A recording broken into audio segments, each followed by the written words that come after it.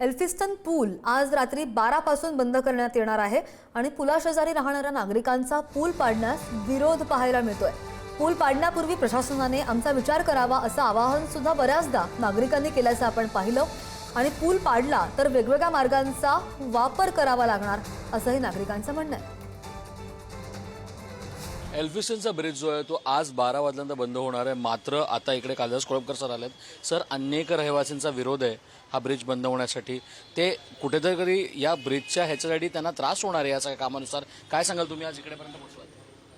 जनतेचा विरोध नाहीये, जनतेचा जो प्रश्न आहे तो अधिकारी लक्ष द्यावा हे जनतेचा प्रश्न आहे की एकूण नाही मग ते 19 बिल्डिंग आहेत आणि ह्या 19 बिल्डिंग त्या लोकांनी क्लस्टरमध्ये बसवाव्या हे जनतेची मागणी आहे। पण एकंदर आपण बघितलं गेलं तर अनेकदा शासन दरबारी या गोष्टी पोचल्या आहेत, अनेकदा शासन त्यांनी उत्तर पण दिलंय, मात्र ते होताना दिसत नाही। आज 12 पासून हा ब्रिज बंद होणार आहे असं खऱ्या अर्थानं होतंय असं अर्थ दिसून तरी येतंय। बघा, आंदोलन झाल्यानंतर सर्व जागृती होते। एवढे दिवस मागे पण देवेंद्रजीनं या बाबतीमध्ये चर्चा केली होती।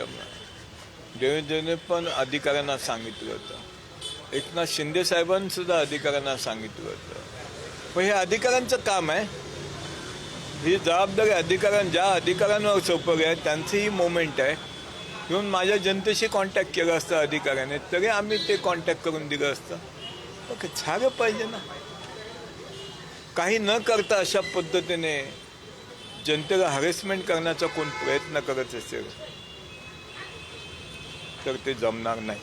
आणि आम्हाला त्यांना एवढंच मागच्या टायमिंग आम्ही काम थांबवलं तर त्यांना सांगितलं आम्हाला काहीतरी तुम्ही पेपर द्या, पेपर दिल्यानंतर पेपरवरती शासनाने रेकॉर्ड दिलं असेल, मान्यता दिली असेल तर आम्ही मध्ये येणार नाही ब्रिजच्या।